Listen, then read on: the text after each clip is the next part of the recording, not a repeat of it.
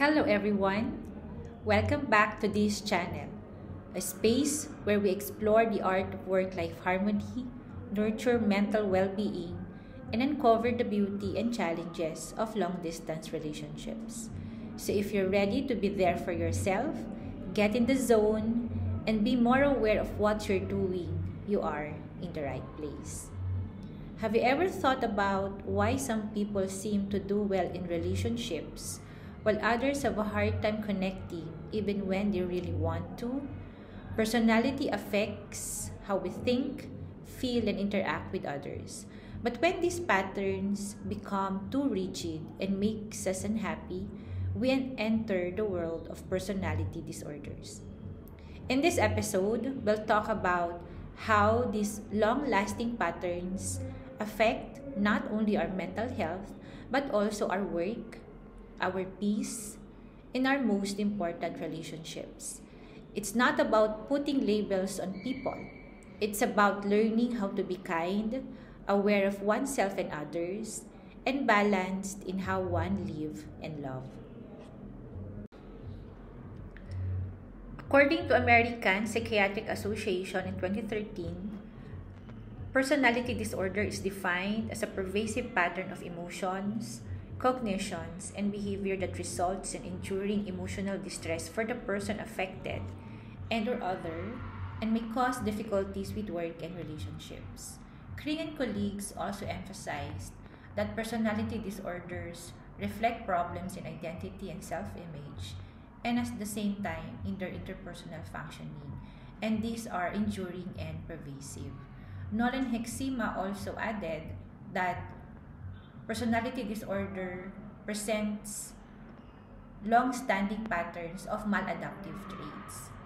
So personality disorders are heterogeneous group of disorders defined by problems with forming a stably positive sense of self and with sustaining close and constructive relationships. From time to time, we all behave, think, and feel in ways that look similar to symptoms of personality disorders.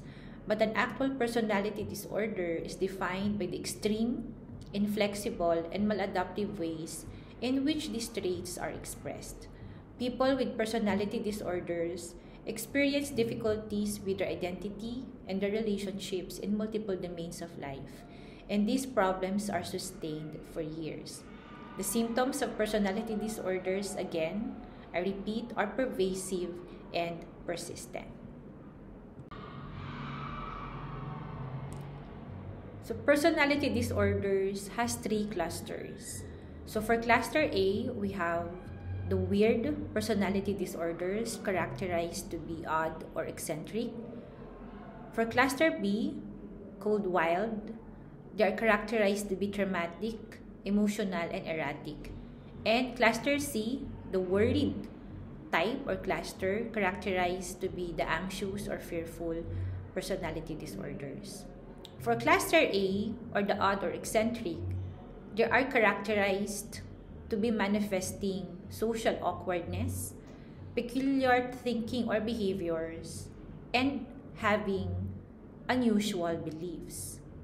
For disorders in cluster A, we have paranoid personality disorder, characterized to be manifesting distrust and suspicion of others. We also have schizoid personality disorder, characterized to be manifesting detachment from social relationships and limited emotional expression. Third, we have the schizotypal personality disorder, characterized to be manifesting acute discomfort in close relationships, cognitive or perceptual distortions, and manifesting eccentric behaviors. For their emotional tone, weird personality types under cluster A, they are usually characterized to be manifesting flat expression. They are suspicious or socially aloof. Okay? And for their interpersonal style, they are observed to be withdrawn, odd, or socially awkward. For cluster B, the dramatic, emotional, or erratic group of personality disorders, they are manifested or characterized to be experiencing intense emotions, impulsive behaviors, unstable relationships, and dramatic or attention-seeking behaviors. For the disorders in cluster B, we have antisocial personality disorder, characterized to be manifesting disregard for others' rights, being deceitful and impulsive. We also have borderline personality disorder, characterized to be having instability in relationships, self-image, and emotions, at the same time, fear of abandonment. Another is histrionic personality disorder, characterized to be having excessive emotionality and attention-seeking behavior. And lastly, for cluster B, narcissistic personality disorder, characterized for its grandiosity, need for admiration, and lack of empathy. For their emotional tone, while personality disorders experiences intense emotions in their erratic expressions or manifesting dramatic emotional tone. For their interpersonal style, they tend to be manipulative, demanding, or volatile. For cluster C, the anxious or fearful category, they are characterized to be experiencing chronic anxiety, fearfulness, and insecurity in relationships.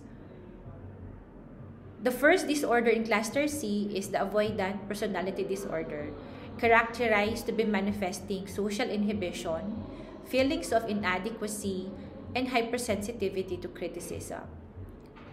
We also have dependent personality disorder, characterized to be having excessive need to be cared of, being submissive, and having fears of separation.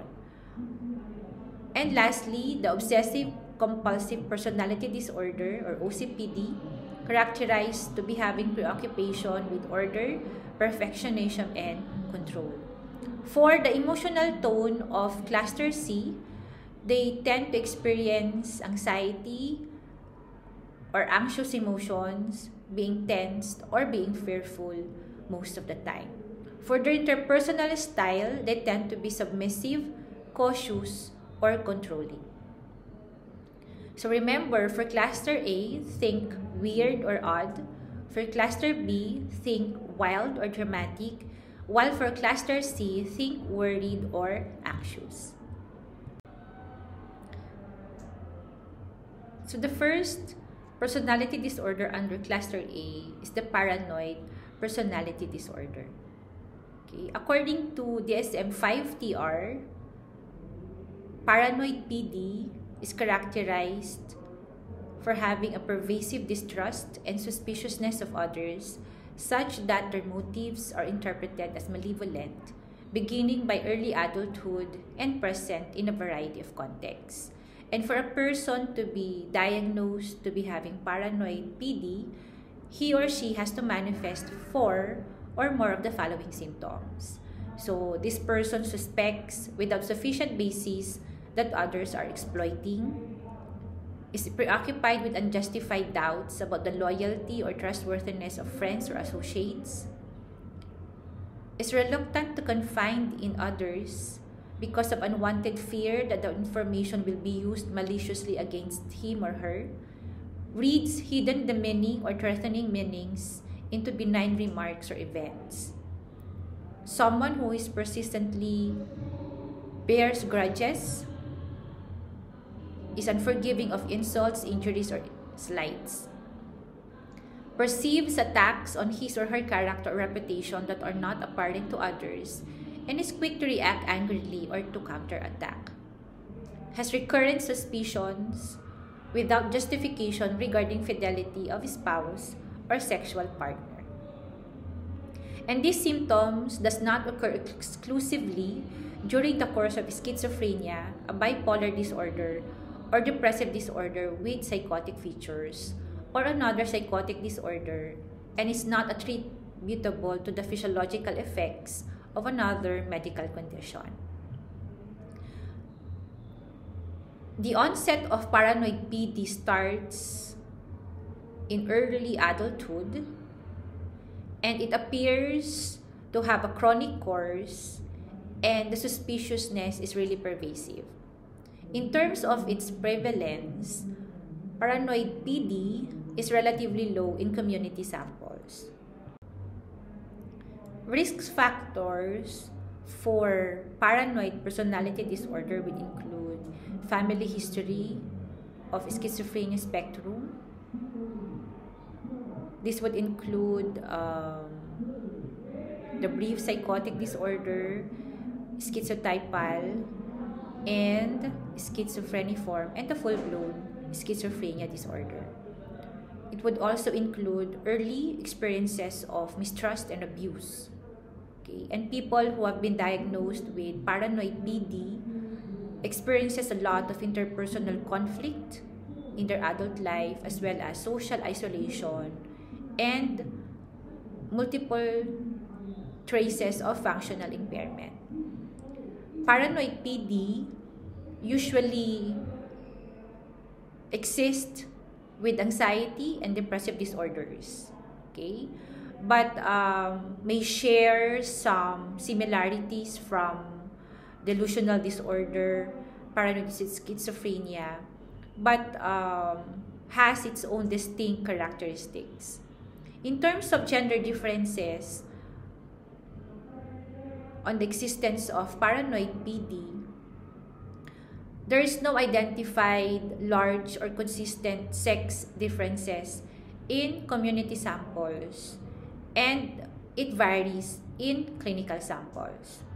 In terms of treatment, psychotherapy, especially CBT adapted for paranoid thinking, and supportive therapy is found to be effective. And for symptoms that exist comorbid with regards to brief psychotic episodes, medication is found to be helpful. The second personality disorder under cluster A is the schizoid personality disorder. According to DSM-5-TR, schizoid personality disorder is defined as a pervasive pattern of detachment from social relationships and a restricted range of expression of emotions in interpersonal settings, beginning by early adulthood and present in a variety of contexts. So when we say variety of contexts, it occurs in workplace, in intimate relationships, and in other contexts. And the person should manifest 4 or more of the following symptoms to fit the diagnosis of schizoid personality disorder. So what are the symptoms of this particular PD? Neither desires nor enjoys close relationships, including being part of a family, almost always chooses solitary activities, has little, if any, interest in having sexual experiences with another person, takes pleasure in few, if any, activities, lacks close friends or confidants other than first-degree relatives, appears indifferent to the praise or criticism of others, and shows emotional coldness, detachment, or flattened affectivity. And these symptoms does not occur exclusively during the course of schizophrenia, a bipolar disorder or depressive disorder with psychotic features, another psychotic disorder, or autism spectrum disorder, and is not attributable to the physiological effects of another medical condition. The onset of schizoid PD starts as early adulthood, and its course appears in the lifelong detachment and limited affect as expressed in his interpersonal relationships. But schizoid appeared to be manifesting low or modest prevalence in the community sample. So where can we trace the risk factors of schizoid personality disorder? Its development happens during early social withdrawal during childhood and possible genetic links with the schizophrenia spectrum. People diagnosed with schizoid personality disorder experiences social and occupational isolation, and these are people who are not comfortable asking for help even if they badly needed help. Okay? The diagnosis of schizoid gets alongside the diagnosis of depression. Okay? And in terms of differential diagnosis, there are similarities but there are nuances. So with regards to autism spectrum, assessment appears to be distinct in the context of developmental history and with the negative symptoms of schizophrenia and schizotypal personality disorder. According to Barlow, Duran, and Hoffman, 2018, as well as Kring, Johnson, Davison, and Neal, 2012, and Nolan Huxima, 2014, there are no consistent sex differences in the diagnosis and prevalence of schizoid personality disorder. In terms of treatment, supportive psychotherapy and social skills training are recommended by mental health professionals.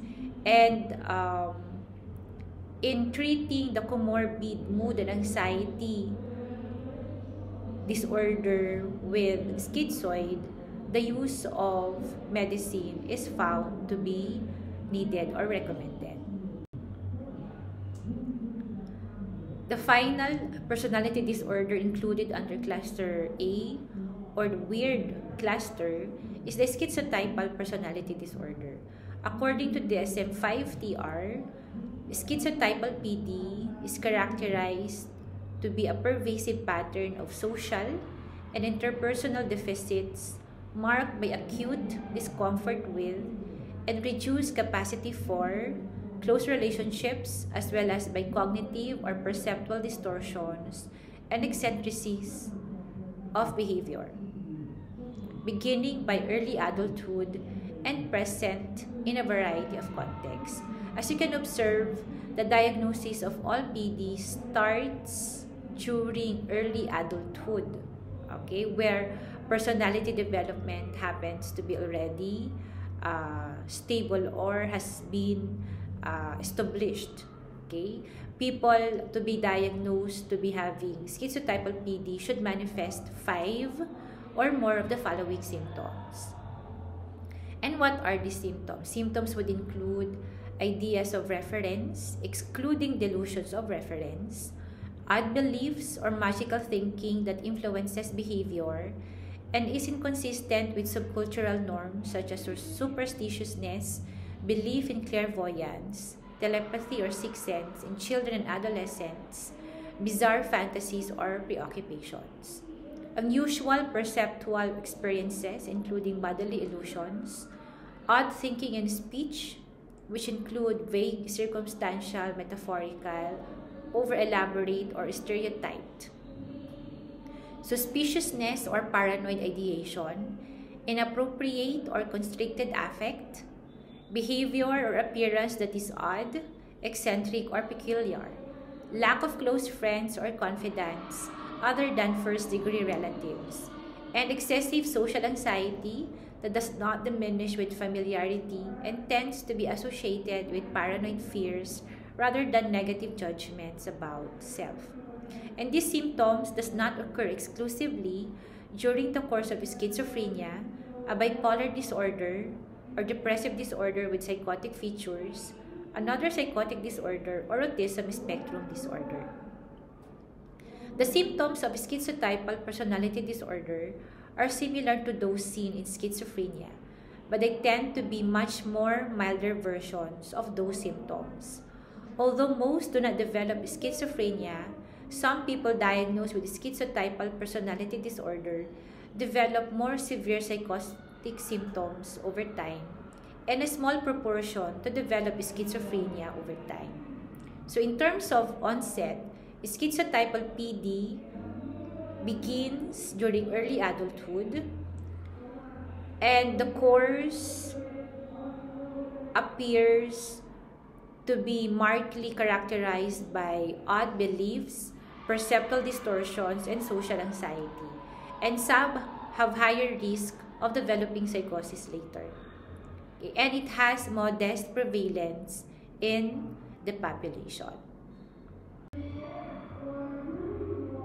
Risk factor for the development of schizotypal PD comes from traces of family history of schizophrenia spectrum diagnosis, as well as cognitive or perceptual vulnerability.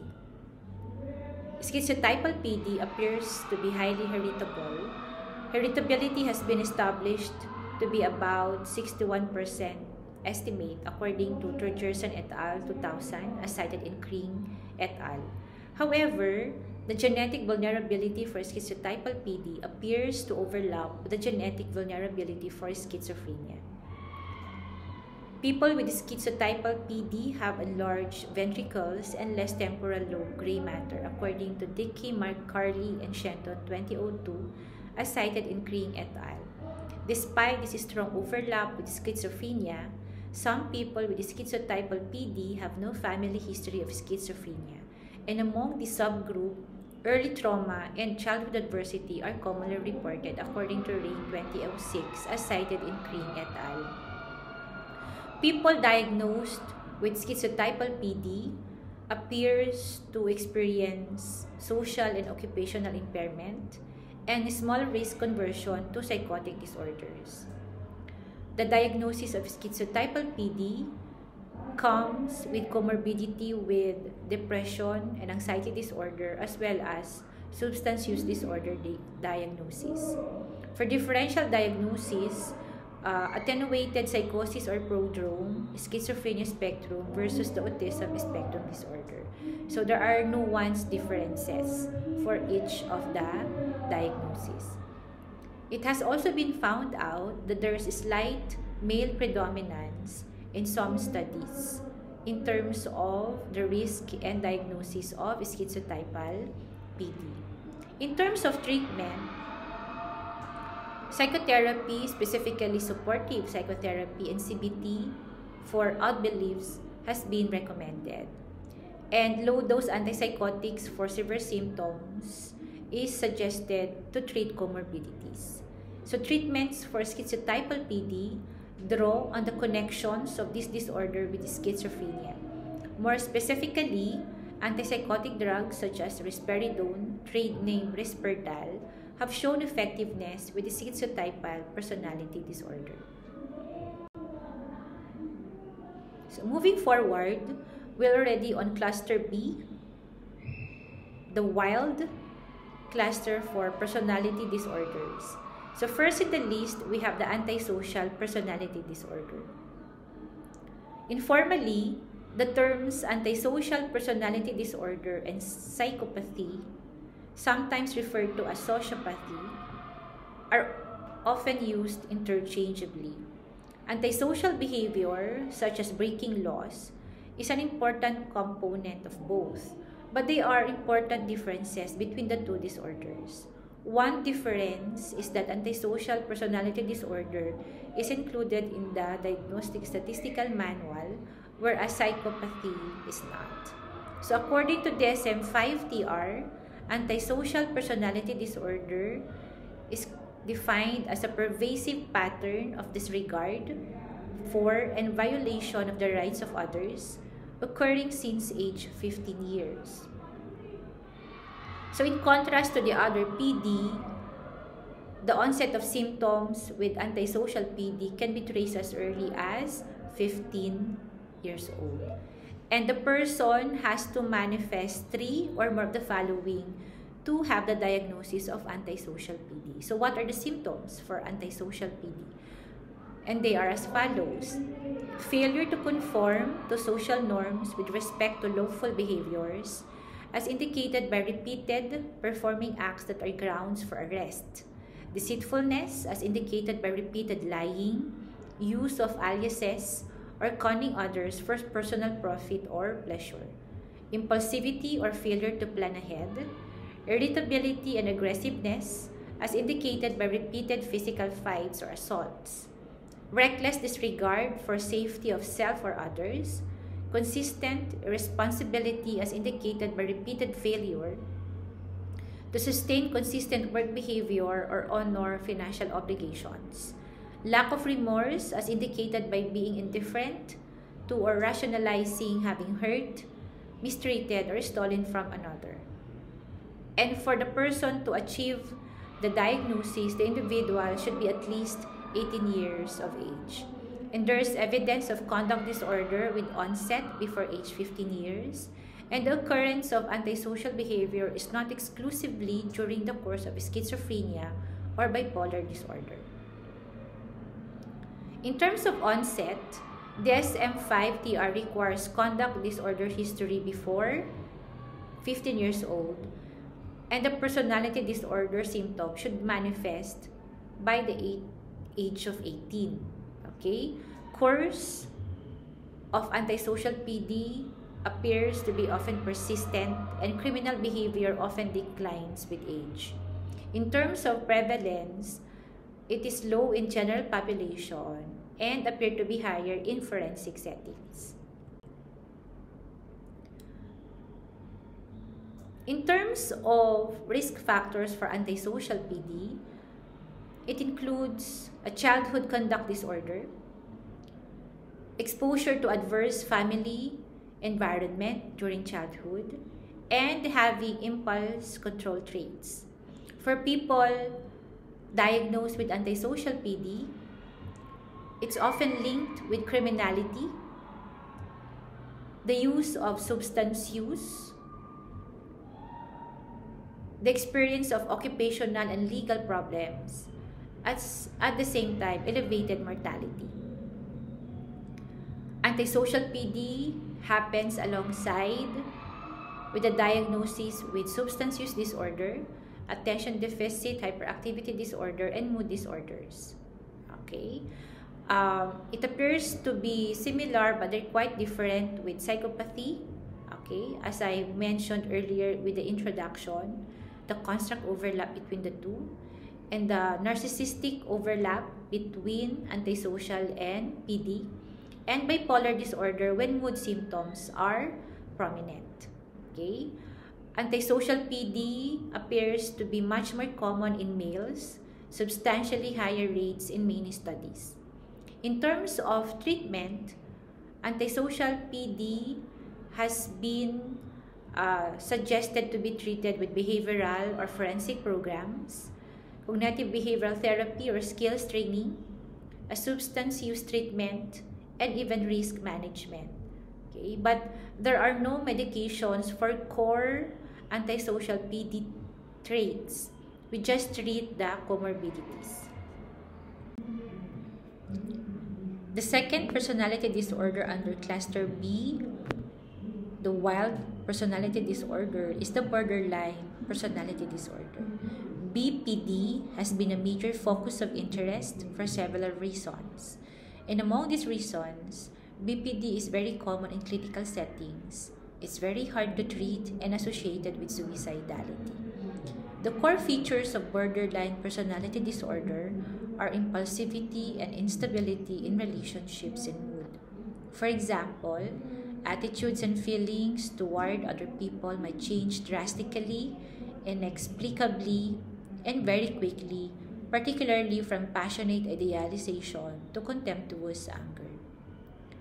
According to DSM-5-TR, borderline PD is defined as a pervasive pattern of instability of interpersonal relationships, self-image and affects, and marked impulsivity beginning by early adulthood and present in a variety of contexts.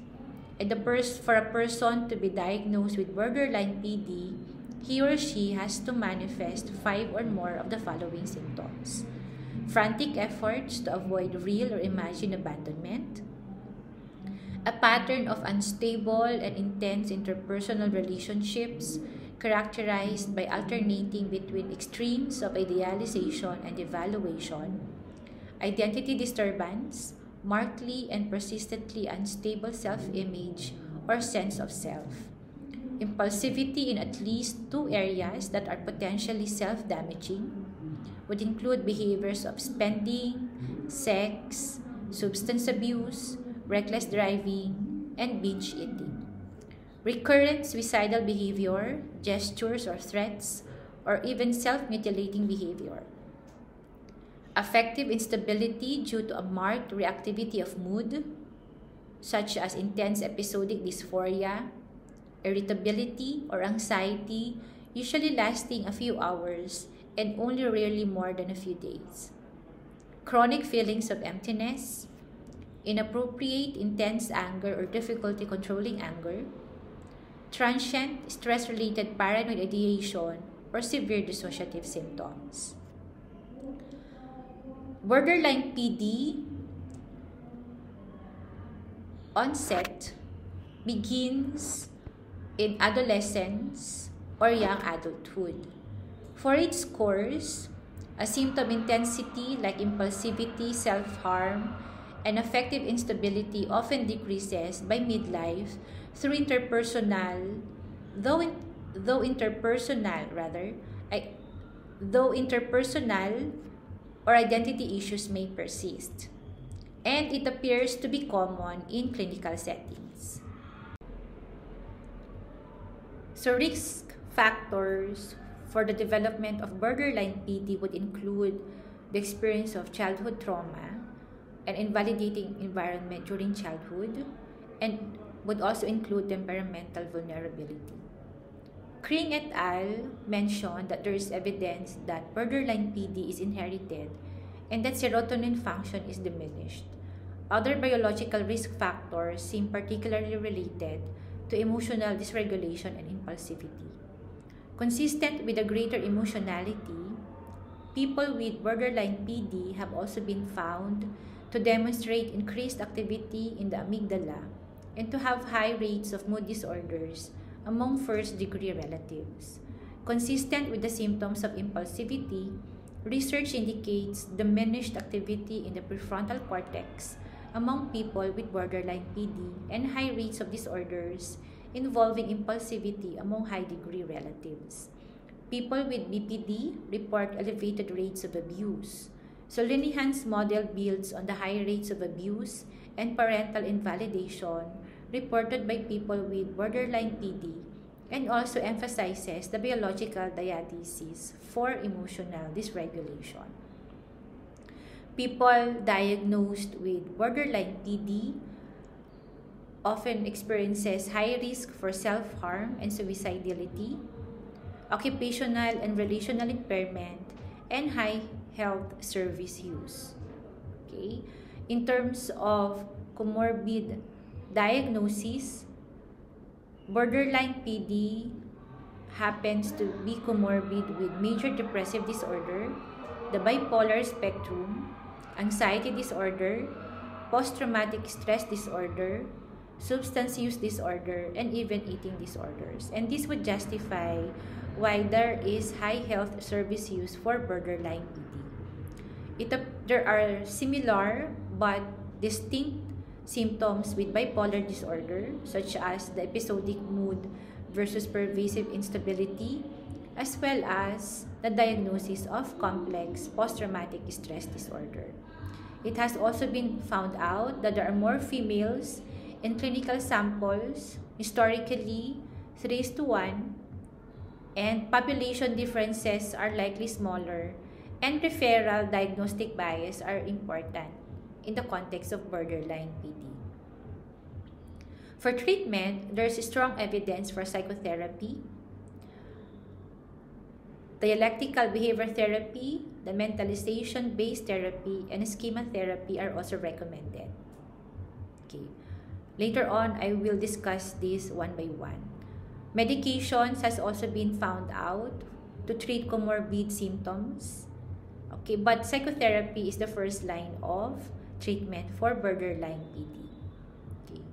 So because clients with BPD find it inordinately difficult to trust other people, therapists find it challenging to develop and maintain the therapeutic relationship. Antidepressants and mood stabilizers have been tried as ways of quelling the mood symptoms and impulsivity of borderline personality disorder. Dialectical behavior therapy of borderline PD by Marshall Linehan, 1987, introduced an approach that she called dialectical behavior therapy, combining client-centered empathy and acceptance with cognitive behavioral problem solving, emotion regulation techniques, and social skills training. In dialectical behavior therapy, the term dialectical is used in two main ways. In one sense, it refers to the seemingly opposite strategies that the therapist must use when treating with people with borderline PD, accepting them as they are and yet helping them change. In the other sense, it refers to the patient's realization that splitting the world into good and bad is not necessary. Instead, one can achieve a synthesis of these apparent opposites. For example, instead of seeing a friend as either all bad, thesis, or all good, antithesis, the friend can be seen as having both kinds of qualities. This is synthesis. The mentalization-based therapy for borderline PD emphasizes that people with borderline PD fail to engage in mentalization, thinking about their own and others' feelings. It is argued that early insecurity in relationships, coupled with intense trauma, leads the person to defensively avoid thinking about feelings and relationships. Because the person does not carefully consider these issues, expectations for relationships based on early experiences continue to pervade current relationships. The therapist's goal is to foster a more active, thoughtful approach to relationships and feelings. Treatment involves weekly individual psychotherapy as well as group sessions held a couple times per week for up to 3 years. The schema-focused therapy enriches traditional cognitive therapy with a broader focus on how early childhood antecedents and parenting shape current cognitive patterns. In schema-focused therapy, the therapist and the patient work to identify the maladaptive assumptions or schema that the client holds about relationships from his or her early experiences. It is assumed that the person also has a schema for healthy relationships, and the goal of therapy is to increase the use of this healthy schema, rather than automatic behaviors reflecting the problematic relationship schema. Similar to some psychodynamic approaches, the therapist is working to change internalized representations of relationships drawn from early adult experiences. Similar to other cognitive therapies, though, the therapist must place emphasis on how these patterns are being expressed in current life and might use homework assignments to try to change these patterns. Because the treatment is designed to address more lifelong issues, this particular form of cognitive therapy can require 3 years. Moving on, the third personality disorder under Cluster B, the wild personality disorder, is the histrionic PD.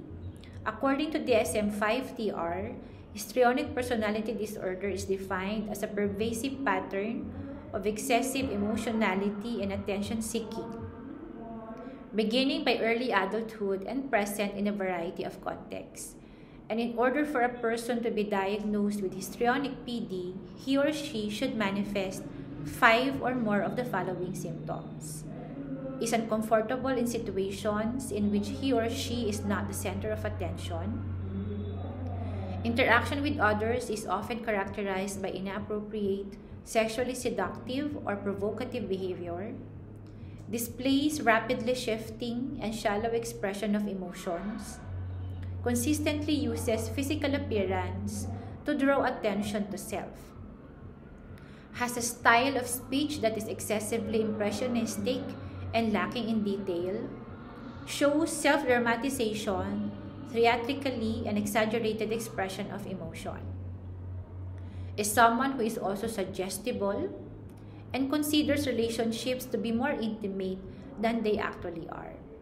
Okay. In terms of its onset, histrionic PD occurs as early adulthood, and for its course, the distinct or the core feature or symptom of histrionic personality disorder is pervasive attention-seeking and excessive emotionality. And histrionic PD appears to be modest in its prevalence. In terms of its risk factors, the early development of histrionic PD can be traced to a family or environment that is emphasizing appearance and approval in the household.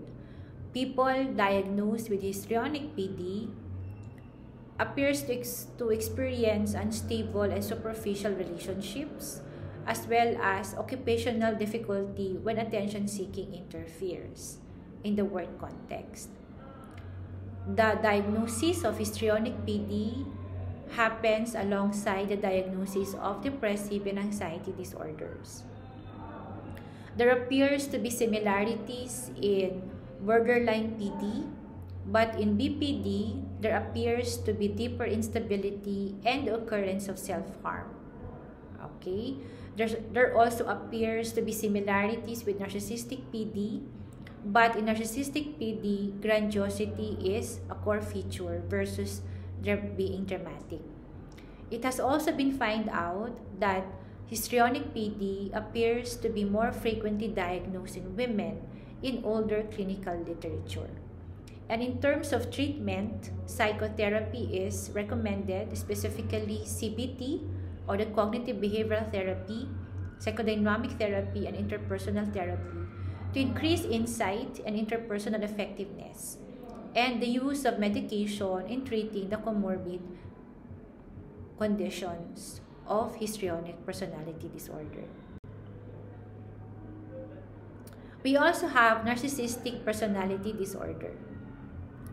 According to DSM-5-TR, narcissistic PD is defined as a pervasive pattern of grandiosity in fantasy or behavior, need for admiration, and lack of empathy, beginning by early adulthood and present in a variety of contexts.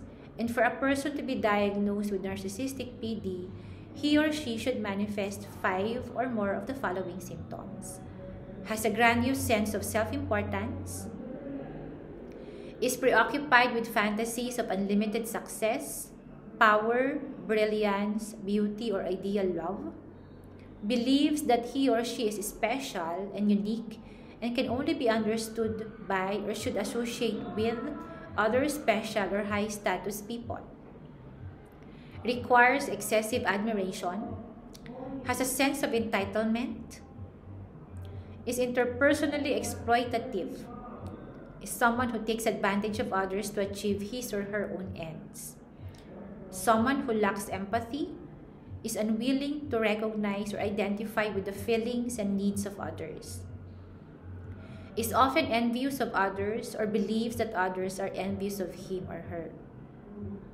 shows arrogant, haughty behaviors or attitudes.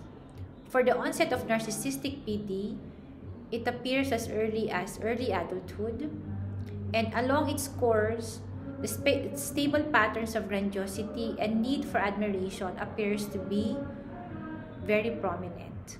But in terms of its prevalence, there's variability of it as represented by multiple studies. Okay. In terms of risk factors for narcissistic PD, it can be traced into parenting and temperament factors such as overvaluation or severe criticism.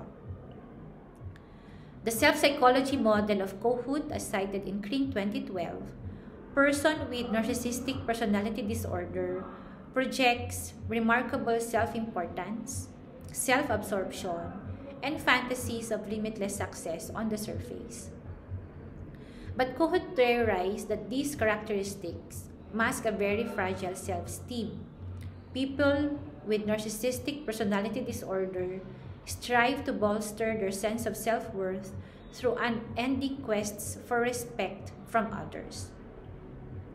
Further hypothesized by Kohut is that 2 parenting dimensions would increase risk for narcissism, and they are emotional coldness and overemphasis on the child's achievement. Research indicate that people with high levels of narcissism report experiencing both of these parenting issues when they were children. Moreover, a model of narcissistic personality disorder developed by Caroline Morph and Frederick Rodwell, 2001, as cited in Kring et al., is built around two basic ideas. First, people with this disorder have fragile self-esteem, in part because they are trying to maintain the belief that they are special. And second, interpersonal interactions are important to them for bolstering their self-esteem rather than for gaining closeness or warmth. In other words, they are captive to the goal of maintaining a grand vision of themselves, and this goal pervades their experiences. People diagnosed with narcissistic PD experiences interpersonal conflict and occupational problems and vulnerability to depression when their self-esteem is being threatened. The diagnosis of narcissistic PD comorbids with mood disorders, substance use disorders, and other cluster B personality disorders. Okay? It appears to be similar with antisocial personality disorder, but if they tend to be exploitative and increases likelihood for criminality, that falls for an antisocial personality disorder. With BPD, it's different with their emotional profiles. And for bipolar disorders, it's different during mood episodes. And some studies show higher rates in males in the diagnosis and occurrence of narcissistic PD. But detection and diagnosis are influenced by sample and bias. In terms of treatment, schema therapy, psychodynamic therapy, interpersonal therapy, and cognitive behavioral therapy techniques are recommended. Okay? And these therapy models are aimed at empathy and self-regulation. And for the comorbidities, the use of medicine are recommended. But remember, engagement with these kinds of clients can be challenging, considering their extreme sense of grandiosity, and remember their vulnerability when their self-esteem is being threatened. So they hate being corrected or showing that they have faults in themselves or they have done something wrong. Okay. So moving forward, we are already on the cluster C personality disorder, termed collectively as the worried personality disorder group. And the first in the list is the avoidant personality disorder. According to DSM-5-TR, avoidant personality disorder is defined as a pervasive pattern of social inhibition, feelings of inadequacy, and hypersensitivity to negative evaluation, beginning by early adulthood and present in a variety of contexts. For a person to be diagnosed with avoidant PD, he or she should manifest 4 or more of the following symptoms. Avoids occupational activities that involve significant interpersonal contact because of fears of criticism, disapproval, or rejection. Is unwilling to get involved with people unless certain of being liked.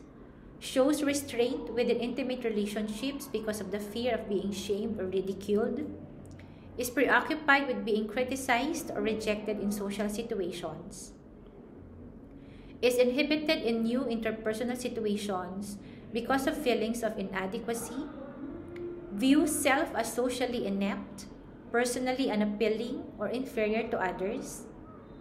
Is unusually reluctant to take personal risks or to engage in any new activities because they may prove embarrassing. For its onset, avoidant personality disorder appears as early adulthood, and the chronic social inhibition and hypersensitivity to rejection appears to be core symptoms across the lifespan of a person diagnosed with avoidant PD. And in terms of prevalence, avoidant PD is one of the more commonly reported personality disorders.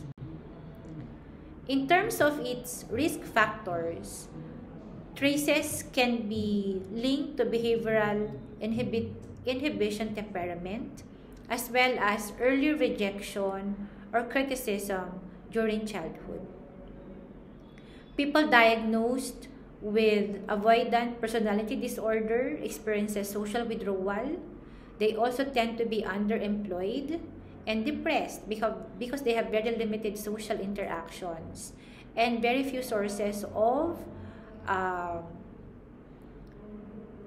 possible accomplishments because they are lowly engaged with interpersonal and goal-setting activities. And they tend to largely overlap with social anxiety. The diagnosis of avoidant PD comorbids with the diagnosis of social anxiety disorder and depression. Okay? Differential diagnosis with avoidant personality disorder is that in avoidant PD, pervasive personality pattern appears in multiple contexts and according to longitudinal history differentiates it from the social anxiety disorder, which happens to be a milder form of avoidant personality disorder. And it has also been identified that there is no consistent strong sex differences in the prevalence and occurrence of avoidant personality disorder.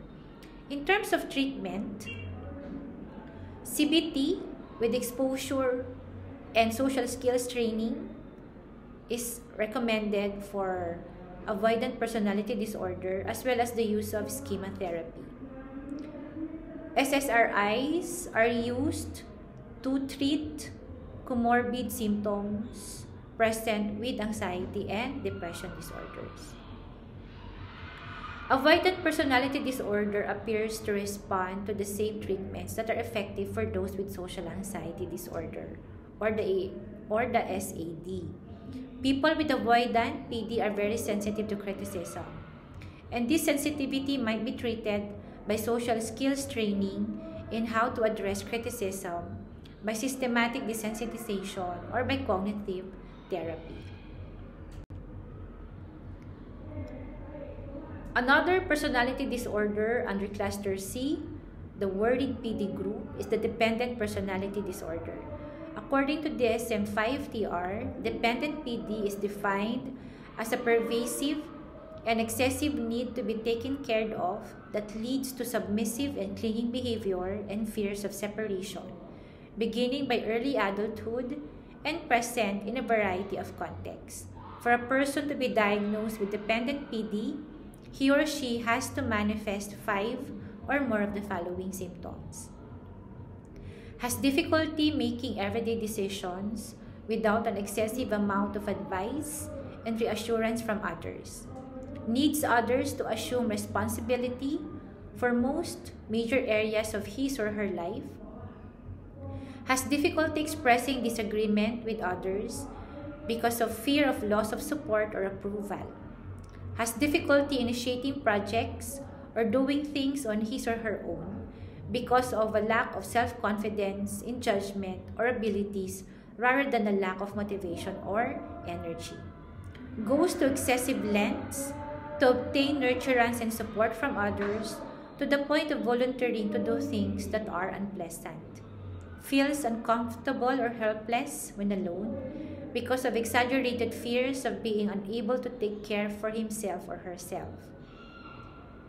Urgently seeks another relationship as a source of care and support when a close relationship ends, and is unrealistically preoccupied with fears of being left to take care of himself or herself.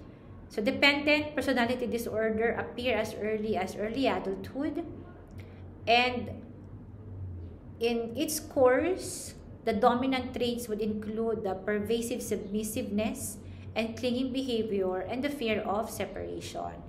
And dependent PD appears to have modest prevalence in the population. In terms of the risk factors for dependent PD, it can be traced to overprotective or authoritarian parenting and even the experience of early loss and separation from their primary caregiver.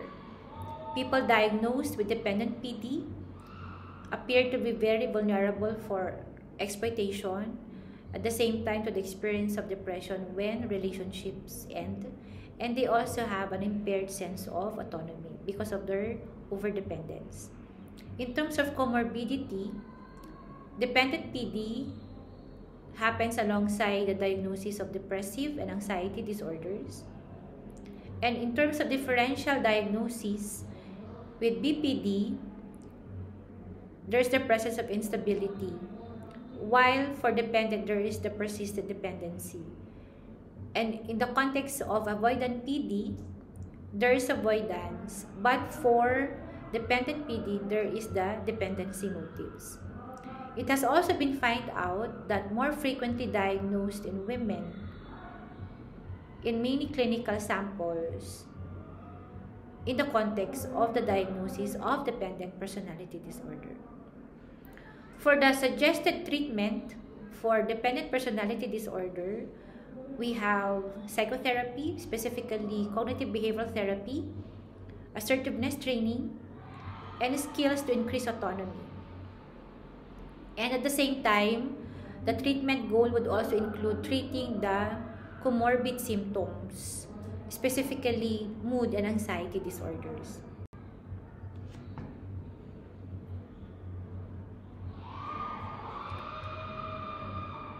Last but not the least, the third PD under cluster C, the worried personality disorder group, is the obsessive compulsive personality disorder. The person with obsessive compulsive personality disorder is a perfectionist, preoccupied with details, rules, and schedules. People with this disorder often pay so much attention to detail that they fail to finish projects. They are more oriented toward work than pleasure.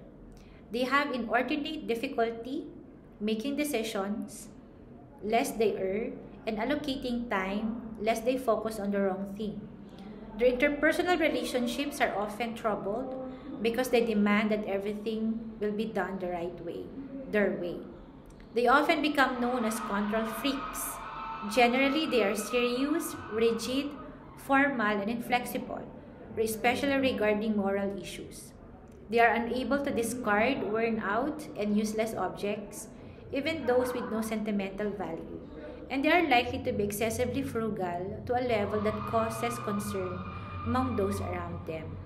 According to DSM-5-TR, obsessive-compulsive PD is defined as a pervasive pattern of preoccupation with orderliness, perfectionism, and mental and interpersonal control at the expense of flexibility, openness, and efficiency, beginning by early adulthood and present in a variety of contexts. For a person to be diagnosed with obsessive-compulsive PD, he or she should manifest 4 or more of the following symptoms: is preoccupied with details, rules, lists, order, organization, or schedules to the extent that the major point of the activity is lost. Shows perfectionism that interferes with task completion. Is excessively devoted to work and productivity to the exclusion of leisure activities and friendships. Is overconscientious, scrupulous, and inflexible about matters of morality, ethics, or values. Is someone who is unable to discard worn out or worthless objects even when they have no sentimental value. Is reluctant to delegate tasks or to work with others unless they submit to exactly his or her way of doing things. Adopts a miserly spending style toward both self and others, and money is viewed as something to be hoarded for future catastrophes. It's someone who shows rigidity and stubbornness. The onset of obsessive-compulsive personality disorder happens as early adulthood, and for its cause, it's the chronic preoccupation with order, perfectionism, and need for control that appears to be dominant. But in terms of its prevalence, obsessive-compulsive personality disorder appears to be variable, and it's one common PDs in some studies. In terms of its development, risk factors of obsessive-compulsive personality disorder would include temperamental rigidity and family modeling of perfectionism. People diagnosed with obsessive-compulsive personality disorder experiences interpersonal strain, reduced flexibility, and comorbid anxiety depression, and they experience a lot of workplace inefficiencies. It appears to be comorbid with anxiety disorders, including OCD and depressive disorders. Okay. Differential diagnosis with OCD is such that obsessions and compulsions are ego-dystonic in OCD, while obsessions and compulsions in OCPD are ego-systonic. There is a slight male predominance reported in some studies, but findings vary in the context of gender differences. And in terms of treatment, psychotherapy is the first line of defense, specifically CBT, which addresses rigid beliefs, and also the use of schema therapy and cognitive therapy for the perfectionism trait of obsessive-compulsive personality disorder, and the use of SSRIs for comorbid anxiety depression, or if it overlaps with obsessive-compulsive disorder. So these are the references where I got the content of this lecture. Thank you for watching, and remember, understanding personality disorders is the first step towards empathy and healing. If you or someone you know is struggling, don't hesitate to reach out to a mental health professional. Let's break the stigma, one conversation at a time. Subscribe for more content, and I'll see you in the next video.